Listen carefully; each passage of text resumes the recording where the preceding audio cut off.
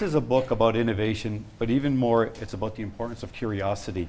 Why did you decide to write it, and why is why so important? As a business journalist, I became acutely aware of the productivity crisis in Canada. We are in danger of leaving our kids poorer than we are, which struck me as a crisis that we should pay attention to. And the good news was for me that innovation solves that problem. Innovation and productivity, two sides of the same coin. Get one, you've got the other. It doesn't really actually matter which you start with, you're likely to have the other. And that is something I realized really quickly that most of us ordinary folk can take ownership of. We don't have to leave it in the realm of our company or government or academics. We can actually be more innovative ourselves. And so I thought, why not write a book it's not supposed to be a book, an academic book, a learned book, even a book for business theorists. It's supposed to be a book for regular people to kind of tap their inner innovation. And in your book, you talk about actually incomes and the differences in Canada and the US. But maybe we're looking in the wrong place. In other words, we look at tax policy and incentives for R&D, yeah. But you say it's more fundamental than that. Our educational system really is the heart of the problem. We train out these traits from people. So to me, it's really important for us to start looking at what is this kind of inner source of idea generation, our natural inclination, and when are we losing it? Because that's what we need to stop doing, and it's kind of urgent. We need to stop doing it right away. Think about how a 4-year-old thinks and how we could be more like that.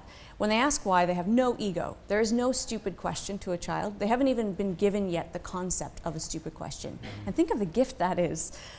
They actually think it's fun, what they're doing, and they really don't have any sense of where this needs to go. They don't have they don't have the answer in their head, which as adults we really get it. That's what we learn in school, that there's the one answer and you better get there. And so the issue is, somewhere along the way, we don't just teach our kids that Y is annoying. We start to teach them that it's a D, it's an F, that being disruptive or not giving the teacher the answer that they asked for is going to be a form of failure. Yeah, and you really make sort of a good case for that in the book around, people looking at education as a way just to get a job, as opposed to developing an ability to think and to be innovative. Style of thinking is the last bastion of diversity. That we've gone gender and sexual orientation, but we've yet to actually acknowledge that the way we process information is as individual as we are. Yeah. And if we start acknowledging that, it's hard. How do you take a class of 30 fifth graders and acknowledge that every single one of them is going to receive the information differently and do something slightly different with it, and then give them a standardized test? That doesn't add up. But that's really where we need to start getting, because the way we think is our most essential, authentic self. That's us. Yep. There's a personality test for innovators that I did. There's a lot of them, but this is a particularly good one. And I'm at the pragmatic end. I'm a builder. So I'm not going to ever invent iTunes. But people like Steve Jobs need people like me to get the mail delivered on time and whatever, all of this stuff. So it's not that I'm anti-innovation, but I'm not going to be an off-the-chart innovator. But the fact that we all exist on the spectrum is one of the most important things that we can absorb about ourselves. Yeah. Implications from your book are not only for educators, but also for parents. And I like how you point out curiosity killed the cat. Why do we say that? What does that even mean? What we're trying to say to our kids is that it's the whole putting your tongue on the frozen pipe thing. Sometimes your curiosity might hurt you. I think that cat is off living the high life, right? I mean, curiosity gets the cat a better life. The two ingredients of innovation, the really two fundamental ingredients, are engagement and curiosity. You have to connect with what you're doing, and then you have to stay open to possibilities. And it makes you happy. What would you say are the most common impediments toward creating a culture of inquiry? The big ones are, we fear risk, we fear failure.